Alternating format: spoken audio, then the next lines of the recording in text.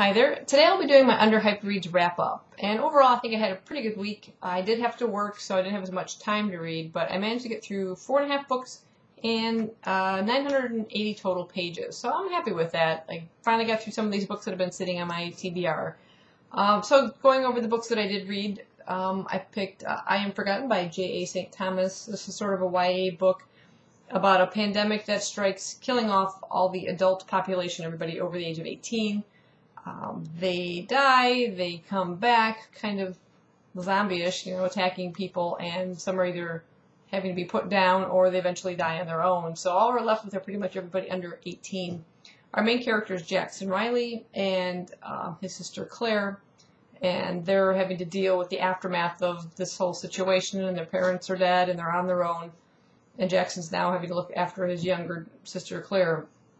Of course, they're navigating through this world, meeting good people and bad people. There's a bit of a surprise through this story that I didn't expect, with some kids that have odd abilities, and I don't want to go into a lot of detail, and a whole nother, almost like a genre mix. It was a bit jarring at first. I didn't expect it when it happened, and then I just kind of went with it, and I thought, well, this is something unique. It's different. It's not something I've come across in a book of this sort of nature, zombie/apocalyptic nature, but it worked well. I liked all the characters. The writing flowed really well. It was very well described, and the world building and everything was great. Yeah, it was unique. I enjoyed it. Overall, I gave this 4 stars on Goodreads. Then I read a manga, Portis. This is by June Abe or Abby. It's a horror manga. It's for mature readers, so it has some explicit content in it. It's about a girl named Asami whose best friend has sort of stopped coming to school and not really responding to texts. And then one day she just shows up out of the blue and says that she's been playing this video game entitled Portis. And she seems a little kind of freaked out, and then all of a sudden kind of runs out of school. And her friend's kind of concerned about her. And then shortly after that, she apparently commits suicide. Now, when the girl, Asami, attends the funeral, her parents ask her to go up to the girl's room. They haven't been up there since her death, and see if she's left some kind of clue as to, why she took her own life. And there she comes across this game, Portis. Now, this particular manga, it reminded me a lot of the movie The Grudge and The Ring. I mean, The Ring, you watch the video game, within a certain period of time you died. It seems like there's sort of this urban legend with this game that you play this game, you end up dead. And there's this kind of constant reappearance of this creepy boy in the manga. And again, that's kind of from The Grudge or Ju-on, that other book. Which I have a copy of right here. This little creepy boy. So there's something along that lines within this.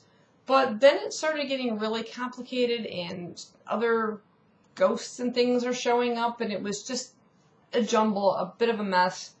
The ending was very ambiguous. I don't know if that's an end, if this is a standalone, or if there's more to come, because the way they left it, it almost seems like it's unfinished.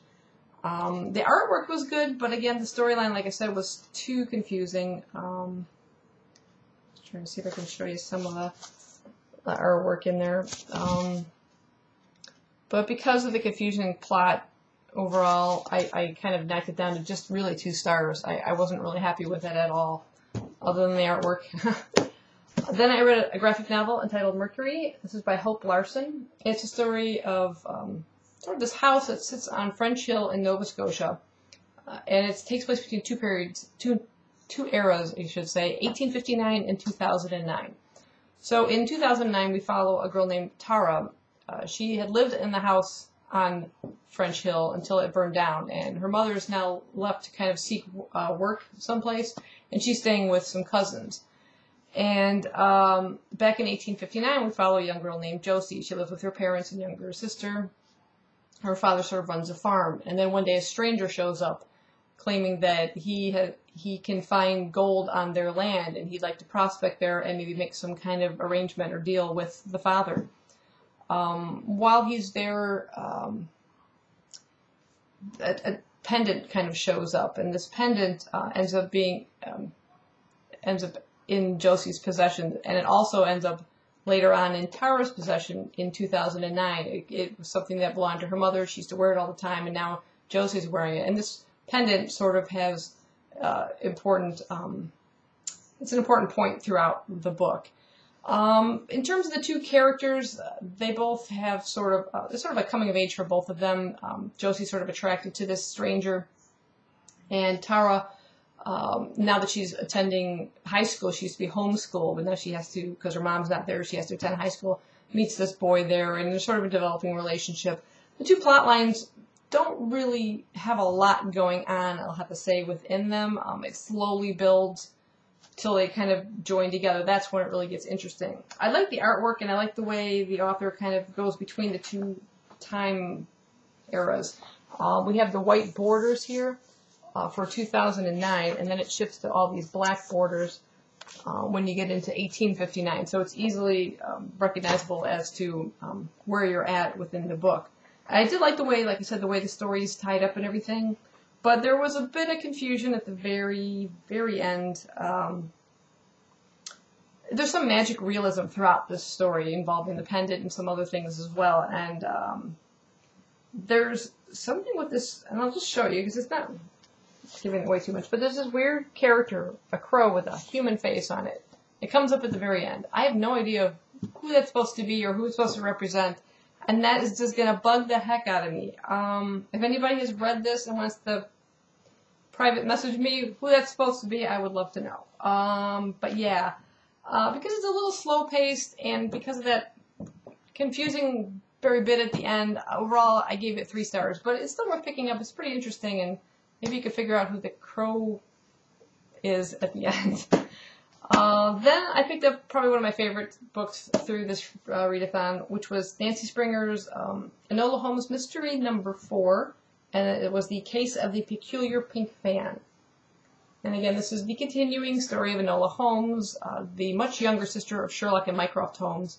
Her mother left kind of mysteriously and left some clues behind as to, well, I just say clues, not really as to where she is, because Enola still has not found her, but her older brother Mycroft wants to put her in a boarding school where she can grow up to be a proper lady. Enola doesn't want anything to do with that. She wants to look for her mother. She wants to maintain her independence, which she's sort of learned from her mother. Her mother's always said you'll do very well on your own.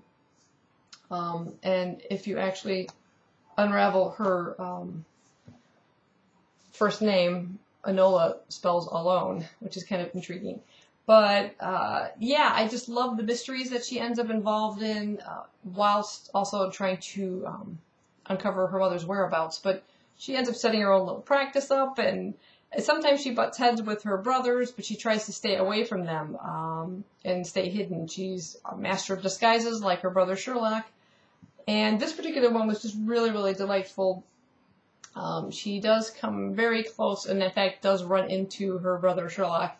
And I just liked his, you could tell as you're reading it that although he's very concerned about her being out on her own at such a young age, and not being, a proper, not very proper for a young woman in that era, he's very proud of her. I think he's surprised by her intellect and everything, and I just love that relationship. Mycroft, he still grates on my nerves. He's very brusque. He's very headstrong on, what he believes his younger sister should be doing at this point.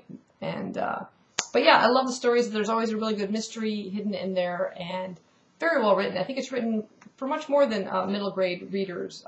So I think adults will actually find this quite entertaining, which I did. And I gave this one 5 stars. And then the last one, I just got about maybe 3/4 of the way through, about up to 136 on this one, which was Your House is on Fire, Your Children All Gone, and this is by Stefan Kiesby.